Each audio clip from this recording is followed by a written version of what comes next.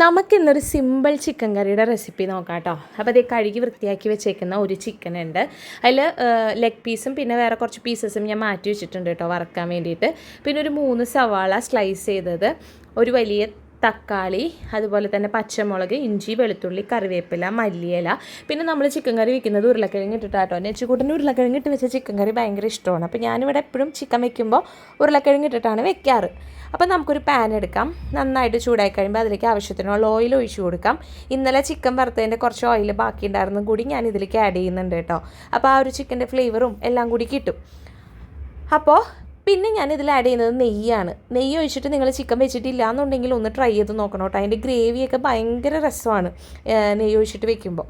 അപ്പോൾ ഓയിൽ ചൂടായി കഴിയുമ്പോൾ നമുക്ക് അതിലേക്ക് ഇഞ്ചി, വെളുത്തുള്ളി, പച്ചമുളക്, കറിവേപ്പില ഇതെല്ലാം തട്ടിക്കൊടുത്തിട്ട് നന്നായിട്ടൊന്ന് വഴറ്റിയെടുക്കാം. ആ ഇഞ്ചിയുടെയും പച്ചമുളകിൻ്റെയും കറിവേപ്പിലയുടെയും അതുപോലെ തന്നെ വെളുത്തുള്ളിയുടെയൊക്കെ ആ ഒരു റോ ടേസ്റ്റ് മാറുന്ന വരെ നന്നായിട്ട് വഴറ്റുക.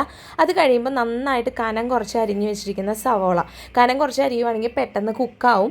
അപ്പോൾ അത് ഇതിലേക്ക് ഇട്ട് കൊടുക്കുക. എന്നിട്ട് നന്നായിട്ട് നമ്മൾ കുക്ക് ചെയ്യണം. പിന്നെ യൂണിവേഴ്സൽ ലോ ആണല്ലോ, ഉപ്പിട്ടാൽ പെട്ടെന്ന് കുക്കാവും. അതെ, നമുക്കും കുറച്ച് ഉപ്പിട്ട് കൊടുക്കാം. എന്നിട്ട് നല്ലതുപോലെ വഴറ്റുക. ക്ഷമ വേണം, സമയമെടുക്കും. നന്നായിട്ട് വഴറ്റണം. വഴറ്റി നമ്മുടെ സവാള നന്നായിട്ട് വഴണ്ട് വരണ വരെ നമ്മൾ വെയിറ്റ് ചെയ്യണം. എന്നാലാണ് നമ്മുടെ ആ ഒരു ഗ്രേവി നല്ല തിക്കായിട്ടും നല്ല ടേസ്റ്റായിട്ടും ഇരിക്കുകയുള്ളൂ. അപ്പോൾ നമ്മുടെ സവാള ഏകദേശം വഴണ്ട് വന്നിട്ടുണ്ട്. ഇനി ഇതിലേക്ക് നമുക്ക് കുറച്ച് തക്കാളി ഇട്ട് കൊടുക്കാം. ഞാനിവിടെ ഒരു വലിയ പഴുത്ത തക്കാളിയാണ് എടുത്തേക്കുന്നത്. നിങ്ങൾക്ക് തക്കാളിയുടെ അളവ് ഇഷ്ടത്തിനനുസരിച്ച് കൂട്ടുകയോ കുറയ്ക്കുകയോ ചെയ്യാം. ഇനി ഇത് നന്നായിട്ട് വഴറ്റി കഴിഞ്ഞ് കഴിഞ്ഞാൽ പിന്നെ നമുക്കിതിലേക്ക് ആവശ്യത്തിനുള്ള പൊടികൾ ഇട്ട് കൊടുക്കാം.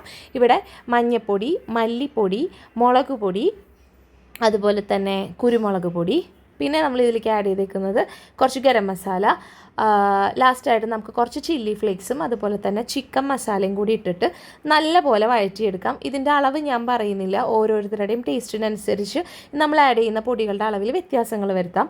നല്ലതുപോലെ വഴറ്റി പൊടികളൊന്ന് മൂത്ത് വരുമ്പോഴത്തേക്കും അതിനകത്തേക്ക് നമുക്ക് കുറച്ച് തൈര് ഒഴിച്ചു കൊടുക്കാം.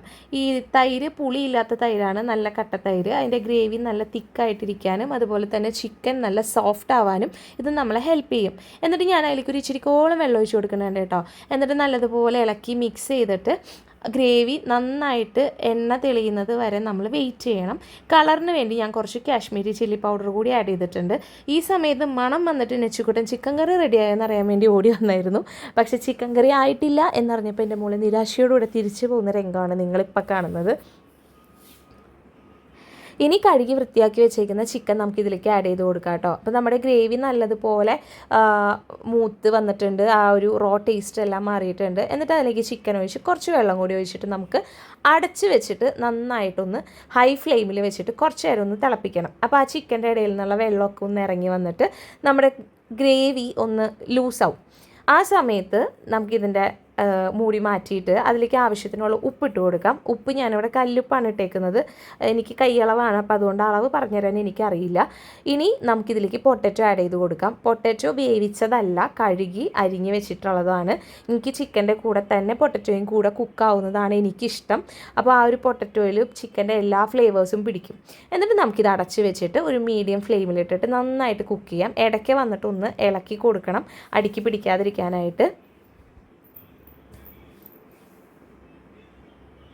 കുറച്ച് നേരം കഴിഞ്ഞ് കഴിയുമ്പോൾ നമ്മുടെ ചിക്കനും ഉരുളക്കിഴങ്ങും എല്ലാം കൂടി കിടന്ന് നന്നായിട്ട് കുക്കായിട്ട് വരും. ഇപ്പം നമ്മളെടുത്ത് നോക്കുമ്പോൾ ഉരുളക്കിഴങ്ങും അതുപോലെ തന്നെ ചിക്കനും കുക്കായിട്ടുണ്ടാവും. ഈ ടൈമിൽ വേണമെങ്കിൽ നമുക്ക് ഓഫ് ചെയ്യാം.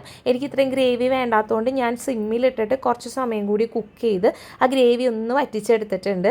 അപ്പോൾ ഒരു ഇച്ചിരി ടൈറ്റ് ആയിട്ടുള്ള ഒരു തിക്ക് ഗ്രേവി ആയിട്ട് കിട്ടും. അത് കഴിഞ്ഞ് കഴിയുമ്പോൾ നമുക്ക് അതിലേക്ക് ആവശ്യത്തിനുള്ള മല്ലിയിലയും കൂടെ വിതറിക്കഴിഞ്ഞാൽ നമ്മുടെ ചിക്കൻ ഉരുളക്കിഴങ്ങ് ഇട്ട് വെച്ച ചിക്കൻ കറി റെഡിയാണ്.